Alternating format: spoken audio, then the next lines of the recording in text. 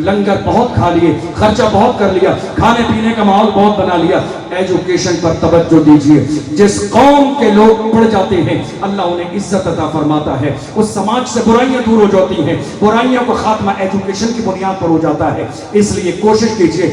माँ रहरा मुतहरा का पैगाम ये है, आधी रोटी खाएंगे, बच्चों को पढ़ाएंगे, अपनी औलाद को पढ़ाने का मिजाज पैदा कीजिए। याद रखिएगा, खाना कम खाइए लेकिन औलाद को स्कूल कॉलेज जरूर भेजिए। याद रखिए, ऐसा ना हो आपका 10 साल का बच्चा होटल पर बर्तन मांजता हो। ये कामयाबी नहीं है, कामयाबी इसमें है। इसलिए कि एजुकेशन जो है आने वाली नस्लों में बेहतरीन शूर पैदा करती है, मोहब्बत और इंसानियत पैदा करती है, अपने मुल्क के लिए मोहब्बत का एक मिजाज देती है। इसलिए कि जिस हिंदुस्तान की सरजमीन पर हम रहते हैं, हमारे बुजुर्गों ने खून जिगर दिया है, तब जाके मुल्क हिंदुस्तान आजाद हुआ है।